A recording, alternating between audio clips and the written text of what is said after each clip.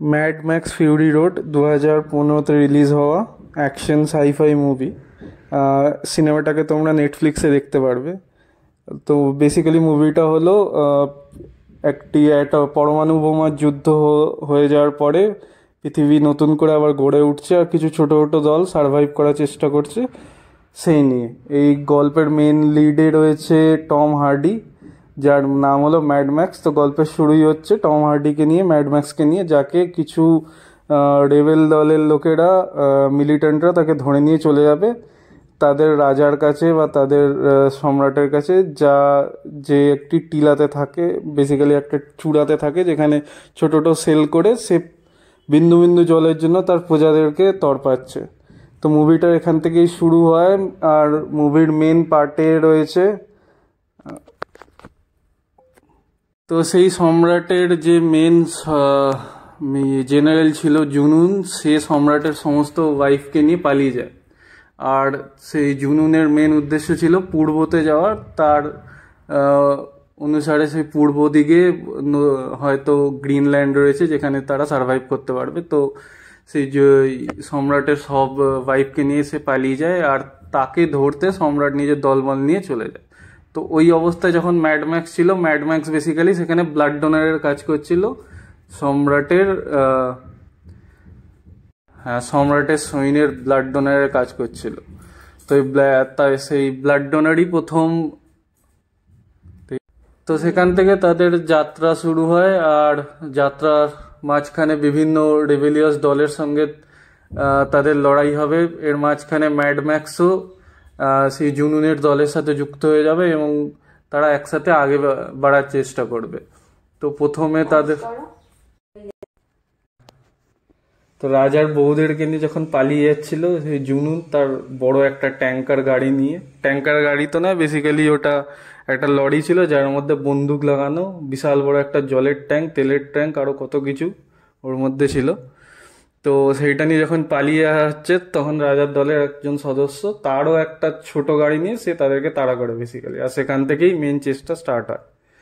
তো পুরো এরিয়াটাই ছিল একেবারে মরুভূমি, কোনো মানুষজন নেই, প্রত্যেকেই লড়ছে, খুনোখুনি করছে, আর তাদের ড্রেসগুলোও খুব বিকৃত ধরনের।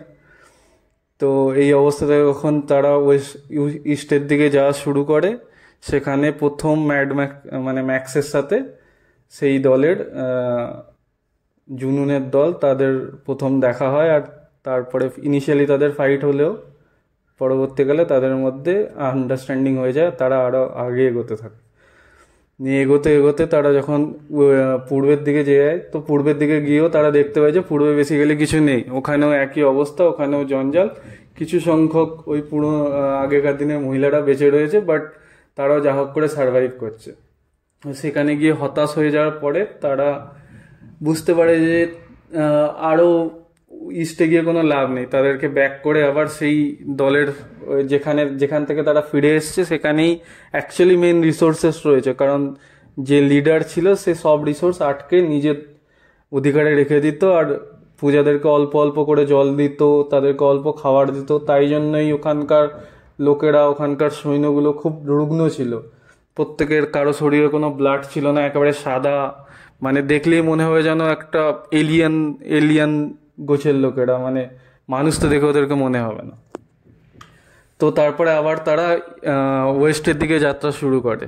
আর ওয়েস্টের দিকে যাত্রা শুরু করার সময় যখন ব্যাক করে তারা আসতে থাকে তাদের ট্যাঙ্কার দল নিয়ে, তখন লিডারের সদস্যরা বেশি ওখানে আটকে গেছিল।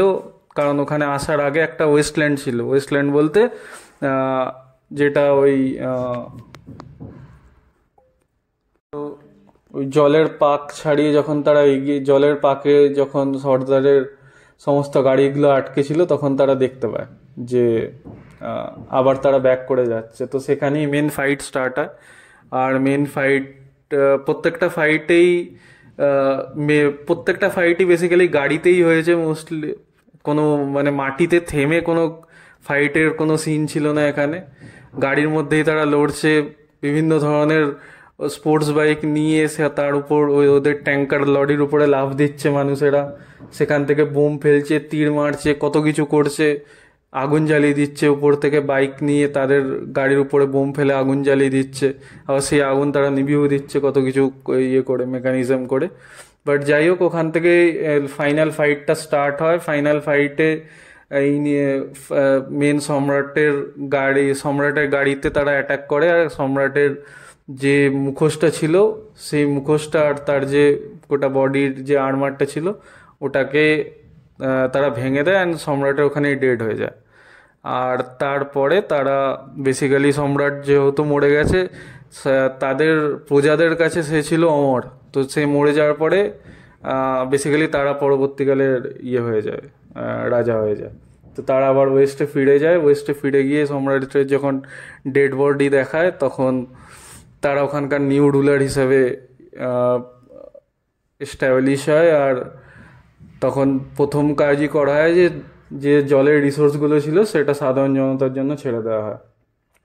বাট এখানে যখন তারা ওয়েস্টে পৌঁছে লিডার হয়, তখন ম্যাক্স এখানে থাকে না। ম্যাক্স আবার তার নতুন যাত্রাতে বেরিয়ে যায়, আর তারই নেক্সট পার্ট 2024-এ নতুন করে রিলিজ হবে।